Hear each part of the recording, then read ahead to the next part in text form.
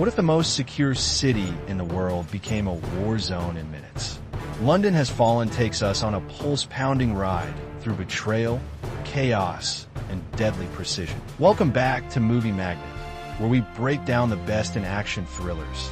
And today, we're diving deep into this explosive sequel to Olympus Has Fallen. Buckle up. We start in Pakistan, where a drone strike targets a terrorist arms dealer named Amir Barkawi. The attack is ordered during his daughter's wedding, and while the believes they've taken him out, Barkawi survives and vows revenge on the West Bank of the President Benjamin Asher, played by Aaron Eckhart, is living through the everyday routine of presidential duties, protected by his no-nonsense Secret Service head, Mike Banning, played by Gerard Butler. Banning is expecting a child and considering resigning to spend more time with his family, but duty calls. World leaders head to the UK when the British Prime Minister suddenly dies. The world's most powerful leaders plan to attend his state funeral in London. It's an unprecedented gathering, with security at its highest. Banning reluctantly joins the trip despite wanting to stay home. Banning joins the president on the trip. They fly to London aboard Air Force One, greeted by an elite British security force and Prime Minister's staff. Unbeknownst to them, Barkawi's operatives have infiltrated key parts of London's police, emergency services, and infrastructure. They planned an elaborate attack to avenge the drone strike and eliminate world leaders in one swift blow. Funeral turns into a massacre as the funeral procession begins. Explosions and gunfire erupt across the city. The Canadian Prime Minister is bombed. The Japanese PM's car is thrown off a bridge. The German Chancellor is shot. Chaos spreads in seconds. Banning reacts fast. Banning's instincts kick in. He shoves President Asher into a car and races away as their convoy is ambushed. London is under siege, with fake cops and paramedics executing coordinated attacks. Iconic landmarks fall. Major London landmarks, Westminster Abbey, Chelsea Bridge, and more, are targeted and destroyed. The terrorists aim to bring down not just people, but symbols of power and unity. Air Force One is hit as they try to evacuate the president. Air Force One is targeted and taken down. The president survives, but is now on the run, protected only by Banning and a small team. City under lockdown, the terrorists cut communications, shut down the grid, and isolate London. Banning leads the president through narrow alleys, abandoned buildings, and tight encounters. The enemy is everywhere, and they're well prepared. Help from MI6. They get in contact with British intelligence, MI6. Agent Jacqueline Marshall offers help, leading them to a safe house. But even there, betrayal lurks. One of their own turns out to be a traitor.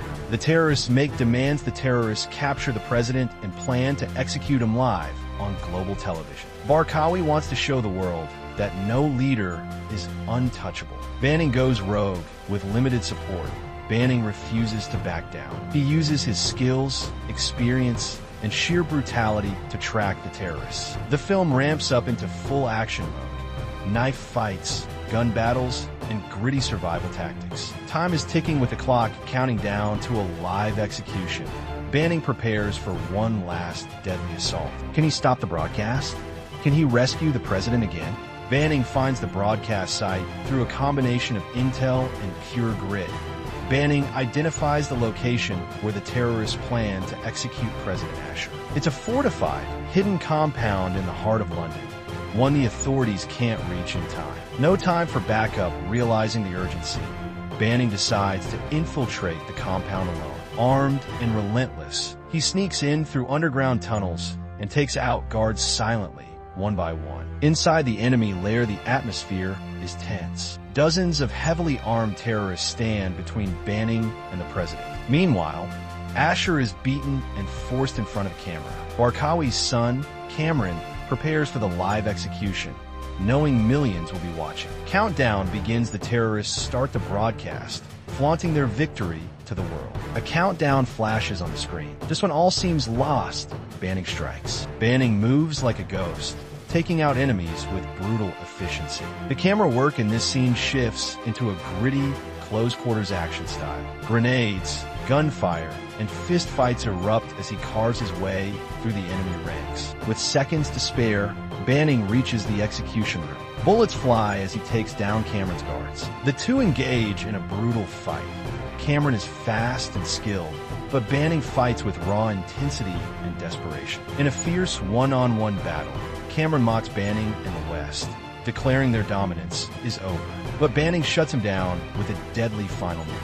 The broadcast is cut off. Just in time, bruised and exhausted, Banning cuts the restraints and frees Asher. The mission isn't over, though. They still need to escape the collapsing hideout. Escape through fire and rubble as explosions ripple through the hideout. Banning and the President make their escape through collapsing hallways and enemy resistance. The whole place is rigged to blow, and time is running out. Just as they emerge, British and U forces storm in to finish the job. Helicopters hover above, and the remaining terrorists scatter or are captured. London slowly begins to regain control.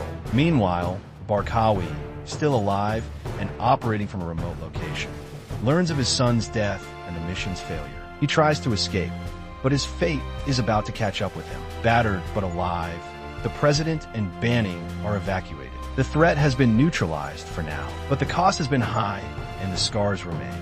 After rescuing the President and taking down Cameron, Banning's mission isn't over. Barkawi, the mastermind behind the massacre, is still alive and hiding overseas. The U tracks his location through military intel and satellite surveillance with the President's approval. A drone strike is launched on Barkawi's compound. As Barkawi smugly takes a call from President Asher. Thinking he's untouchable, Asher tells him, "You brought this on yourself." Seconds later, a missile hits. Barkawi and his operation are completely destroyed. Justice served. Back in the U, the dust begins to settle. The world reels from the events in London, but there's a renewed commitment to unity and international security. Banning, though, is worn out. He nearly lost everything. The film closes with a quiet scene. Banning, sitting in his baby's room, holding his child close. Outside the window, the world continues turning. Thanks so much for watching. If you enjoyed this video, don't forget to give it a like, leave a comment down below, and subscribe to the channel so you don't miss out on more content like this. We've got plenty more coming your way, so hit that notification bell too. See you in the next one.